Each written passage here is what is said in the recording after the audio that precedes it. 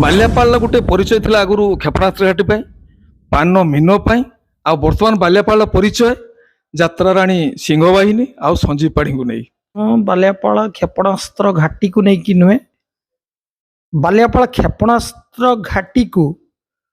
जो विरोध करी आंदोलन करथुले एवं पृथ्वीर अद्वितीय गोटे घाटी होगापाई जाऊला बाल्यापाल यार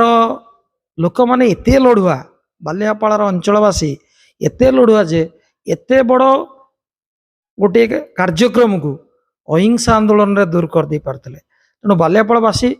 भारी लड़ुआ बाकी रहा आपण कहते आज भी से शस्य श्यामला बाल्यापाल पान मीन धान नड़िया काजू बादाम चिना बादाम कौन आमे आमे स्वयं संपूर्ण जमती आमको आंध्र देखिले लगे से माटी स्वयं संपूर्ण आम बाल्यापाल बहुत स्वयं संपूर्ण ये सब प्रकार जिनस प्रोडक्शन हुए।